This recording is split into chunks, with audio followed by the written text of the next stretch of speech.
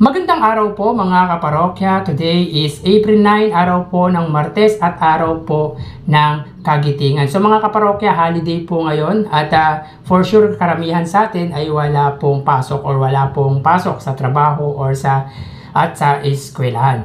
So inyo na namang masasaksihan mga kaparokya ang panibagong yugto ng ating online viewership ng dalawang bigating noontime show dito sa bansa, ang Eat Showtime at ang Eat Bulaga. Pero bago natin umpisahan yan mga kaparokya ay hinihiling ko na pakisubscribe ang aking YouTube channel.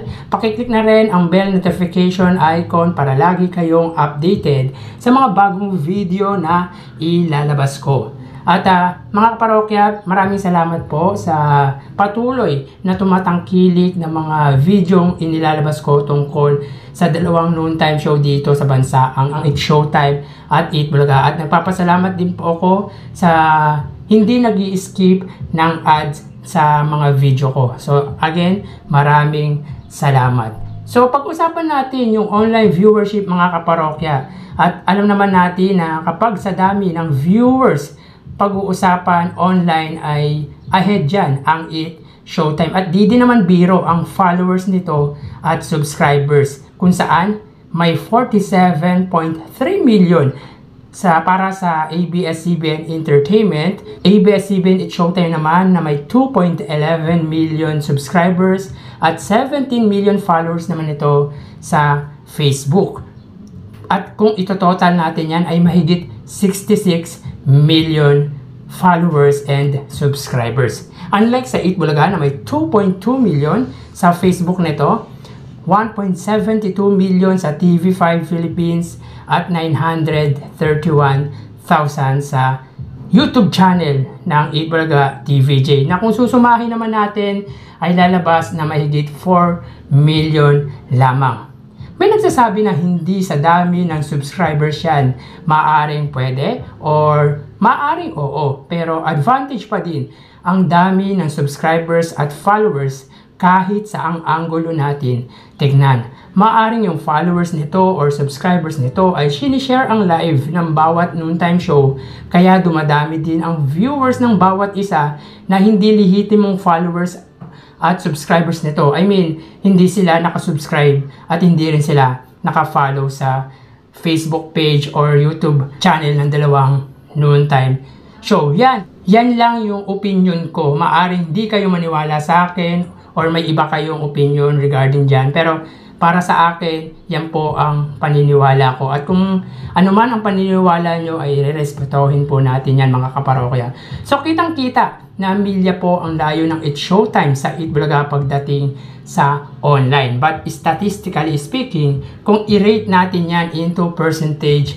sa palagay ko ay Eat Bulaga ang lamang dyan. Certainly, when it comes to the spirit of fairness, ay Eat Showtime po ang angat dito. Sa mga viewers ko, pasensya na po, that is my opinion. Maaring agree ka or hindi. So tara, ating alamin ang online viewership ng dalawang bigating noontime show. Para sa Eat Bulaga, under TVJ Facebook page na may 2.2 million followers at sa Eat Showtime naman na may 17 million followers. So mga kaparokya, nakikita po natin dito para po sa Eat Bulaga, sila ay may segment na pera free at sa kasalukuyan sila ay may 15.7k live viewers. Samantalang ang Eat Showtime, ang segment nila ay ang especially for you at makikita po natin dito sila ay may 16.8 thousand live viewers. So as of 12:45 mga kaparokya, ang Eat Bulaga sila ay may 15.7 thousand live viewers at ang Eat Showtime ay may 16.8 thousand live viewers. So ulitin po natin mga kaparokya, as of 12:46 PM, ang Eat Bulaga sila ay may 15.7 live viewers at ang Eat Showtime ay may 16 or 18k live viewers.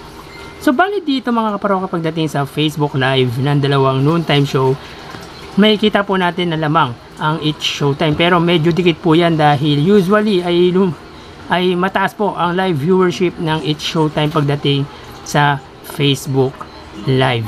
So mapunta naman po tayo sa TV Network YouTube channel.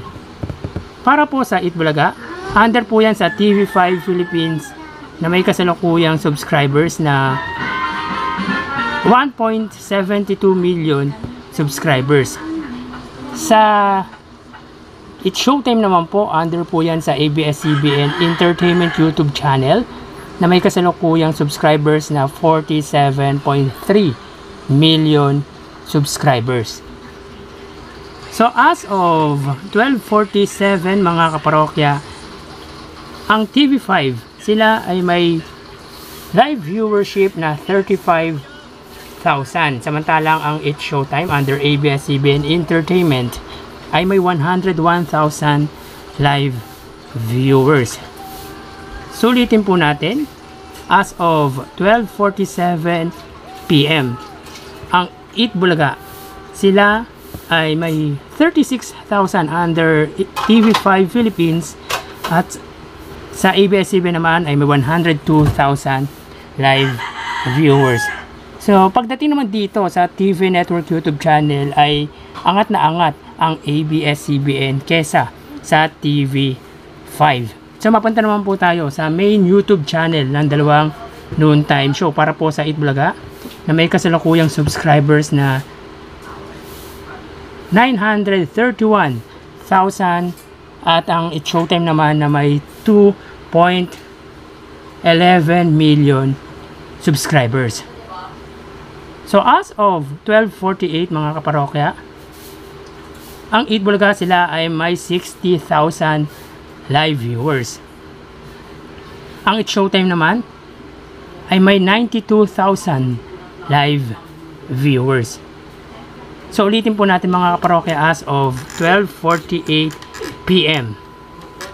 Ang Eat Bulaga sila ay may 60,000 live viewers at ang It's Showtime ay may 93,000 live viewers.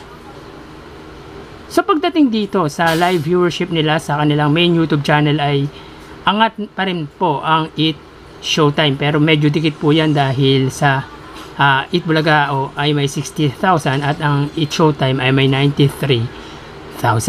So bali ang total na nakuha ng Eat Bulaga ay 110,000 live viewers, samantalang ang Eat Showtime ay nakakuha ng total na 213,000 live viewers.